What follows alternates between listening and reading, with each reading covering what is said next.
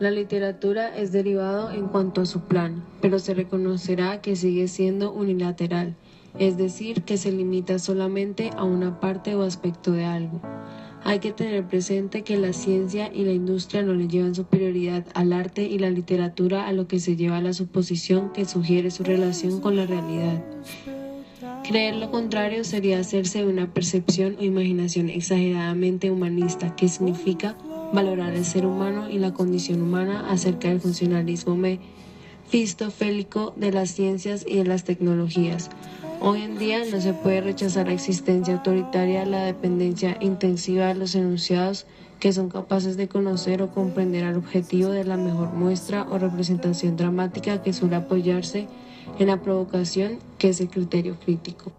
A medida que la discusión se desarrolla, la complejidad de la cuestión posmoderna empeora. Cuando se logró enfocar en 1979 alrededor de los grandes relatos, su intención era simplificarla, pero se fue más allá de lo que se debía. Los metarrelatos son aquellos que han marcado la posmodernidad, enriqueciendo toda la humanidad mediante el progreso de la tecnociencia capitalista. E incluso si se tiene en cuenta el cristianismo en la modernidad, el Hegel totaliza todos estos relatos y en este sentido concentra en sí misma la modernidad especulativa. Sin embargo, la victoria de la tecnociencia capitalista sobre los demás candidatos a la finalidad universal de la historia humana es otra manera de destruir el proyecto moderno que a su vez simula que se ha realizado. La tecnociencia actual realiza el proyecto moderno. El hombre se convierte en amo y señor de la naturaleza, pero al mismo tiempo la desestabiliza profundamente, ya que bajo el nombre de la naturaleza hay que contar también todos los constituyentes del sujeto humano: su sistema nervioso, su código genético, su computer cortical, sus captadores visuales auditivos, sus sistemas de comunicación, especialmente los lingüísticos, y sus organizaciones de vida en grupo. Finalmente, su tecnociencia forma también parte de la naturaleza. Se hace la ciencia de la ciencia. En la tradición de la modernidad, el movimiento de la emancipación consiste en que el tercero, que en principio es exterior a nosotros, en tanto formamos parte de la vanguardia emancipadora, acaba por incorporarse a la comunidad de hablantes actuales. No era más que usted y yo. El lugar de la primera persona está efectivamente marcado en esta tradición como el lugar de la dominación de la palabra y del sentido. Que el pueblo tome la palabra política, el trabajador la palabra social y el pobre la palabra económica. Que lo singular capte lo universal y que el último se convierta también en primero. Simplificó, es verdad, y pido que se me excuse. Describe la pragmática del saber científico distinguiendo la investigación de la enseñanza. Estas tensiones son prescripciones que establecen la aceptabilidad del enunciado en tanto científico. La solución de la ciencia para este problema plantea una doble regla. La primera es de tipo dialéctico. Dialéctico es referente a aquello que se puede probar o demostrar. La segunda regla es de tipo metafísico. El mismo referente no puede ofrecer una pluralidad de pruebas contradictorias. Esta doble regla proporciona al debate a la posibilidad de consenso, ya que la verdad del enunciado y la competencia del que enuncia están emitidas a la aprobación de la colectividad de iguales en competencia. El saber científico demanda un solo juego de lenguaje, el denotativo y la conclusión de los demás. El saber científico se encuentra aislado de los demás juegos del lenguaje. En la investigación solo se exige competencia el enunciador. Este no tiene competencia particular como destinatario ni como referente. La función narrativa y la legitimación del saber. Antes del positivismo, la ciencia debió recurrir a procedimientos relacionados al saber narrativo. Lyotard sostiene que actualmente no debe considerarse superado el tema de la independencia científica y menciona el hecho de que en ocasiones los científicos recurran a la televisión o los periódicos luego del descubrimiento. Este comportamiento, entre otros, evidencia la relación entre el saber científico y el popular. El Estado puede gastar mucho para que la ciencia pueda presentarse como epopeya a través de ella. Se puede hacer creíble. Crea que el asentimiento público del que sus propios decidores tienen necesidad. El uso de la razón se define como la ciencia desde Galileo. Por ende, se puede llamar razón al conjunto de ideas que se piensan y se hacen, y que muchas veces son confusas. Pero por esto tienden a no tener una excusa razonable. Pero a nivel universal, hay un proyecto que se llama metalenguaje, que deja un significado literalmente a un lado para que sean lenguas particulares, pero también se basa en las ideas muy modernas.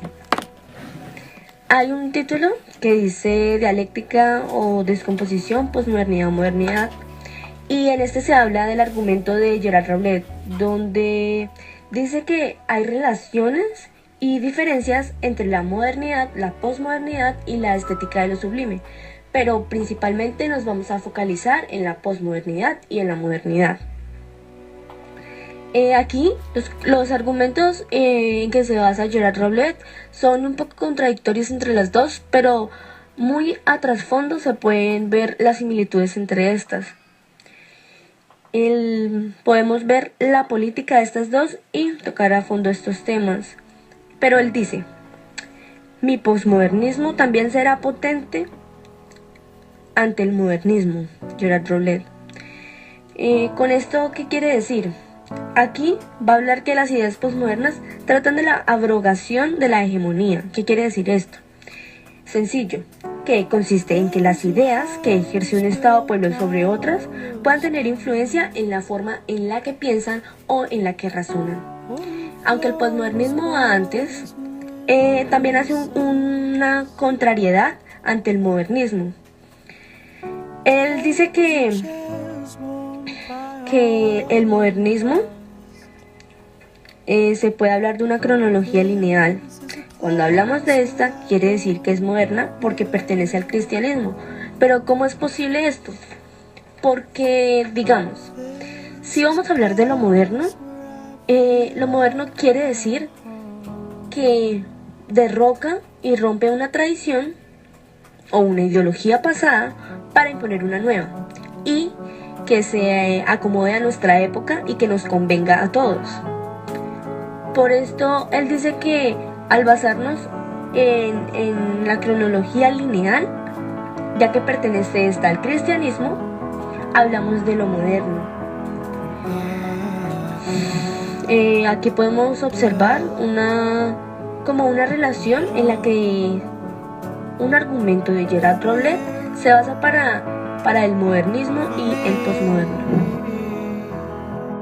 El texto El cuerpo interpuesto de Claude Lefort, filósofo francés que reflexiona sobre la noción del totalitarismo, comenta en la obra 1984 de Orwell, escritor británico que escribe sobre la visión profética de una sociedad totalitarista situada en un futuro cercano. La crítica y la burocracia buscan ejercer un control completo sobre el dominio al que cada uno se aplica, según Orwell, siendo directo contra el control estatal, el discurso ideológico y la opresión más directa. Esta obra literaria es control, es dominación y es poder. En la obra 1984, el Estado ha conseguido subsistir toda la vida social, gobernados por un partido único, que organiza y gestiona toda la vida dentro de la sociedad.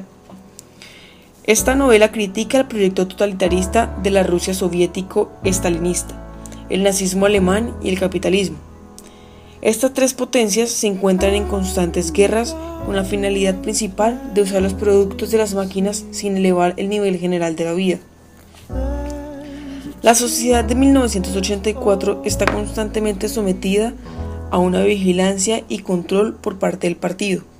No se les permite una vida privada y todas sus actividades deben ser transparentes. Un estado totalitario es un fenómeno de la modernidad camino a una posmodernidad. Según Lyotard, la formación filosófica de los docentes se ha de admitir en la siguiente frase: educar e instruir son actos filosóficos, en la cual se habla de un acto como un sentido crítico y de la filosofía no como entidad, potencia ni cuerpo, sino como un acto.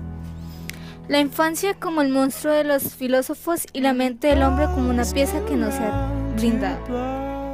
Filosofar es un hecho del todo autodidacto, lo que significa que esto no se aprende de los otros, sino aprendemos de ellos que nos enseñan a desaprender.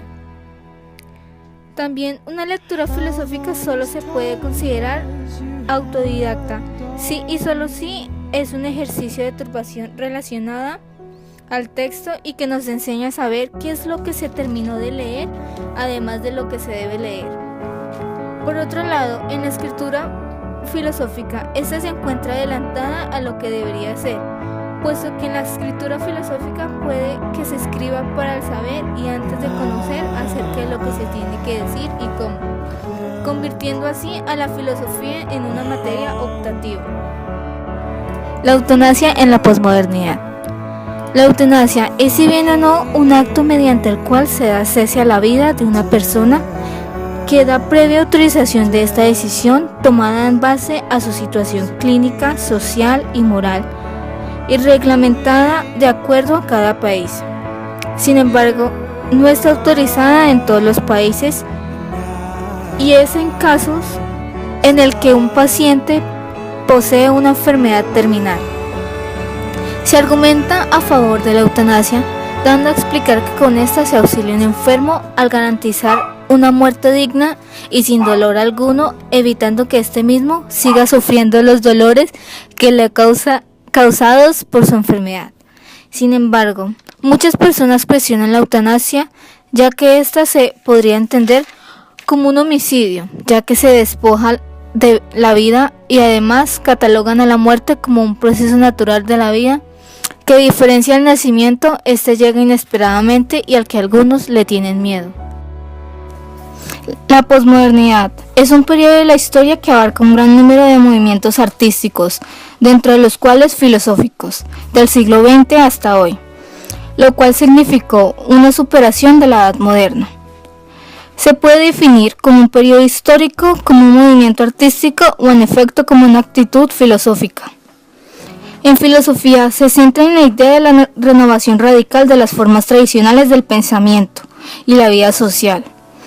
Sus características son el antiindividualista al buscar los intereses del otro, la verdad como perspectiva al solo tener acceso a lo que se parece a nosotros, un grito lingüístico al argumentar que sin el lenguaje no habría ningún pensamiento y que éste crearía a su paso o surgiría gracias a esta la verdad, y el cuestionamiento de los textos al afirmar que estos no poseen autoridad u objetividad inherente para así poder revelar la intención del autor. El posmodernismo se popularizó a partir de la publicación de La condición posmoderna de Jean-François Lyotard en 1979 y se puede diferenciar y dividir en dos grandes realidades: la realidad histórico-social y la realidad sociopsicológica. Jean-François Lyotard, filósofo francés, colaborador del grupo Socialismo o Barbarie, crítico de la razón ilustrada. Una de las conclusiones a las que arriba Lyotard es la vigencia de un relativismo radical, que más allá de demostrar los metarrelatos modernos, lo que en realidad socava es la identidad subjetiva y la propia idea de sujeto, desnaturalizando cualquier modelo social. Ese modelo posmoderno se sostiene en el narcisismo y en el individualismo, frente a la pérdida de valores colectivos, de finalidades sociales, empujando a la fragmentación, el escepticismo, el relativismo ético y la extrañeza o soledad ante el exterior cotidiano. Algunos otros filósofos posmodernos importantes, como Friedrich Nietzsche, filósofo alemán, crítico de la cultura occidental, considera que su sentido ha sido siempre reprimir la vida en nombre del racionalismo y de la moral. Martin Heidegger, filósofo alemán.